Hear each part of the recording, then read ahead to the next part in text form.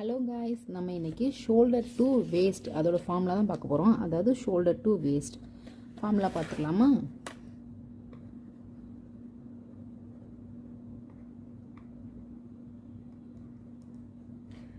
Chest divided by 3 plus 1.5 inch loose plus 1 inch seam.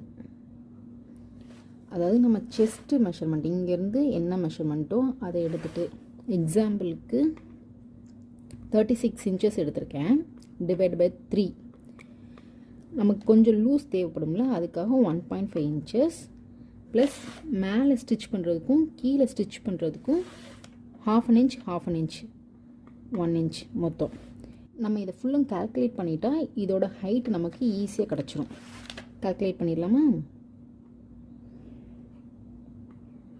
12 plus 1.5 plus 1 totally 14.5.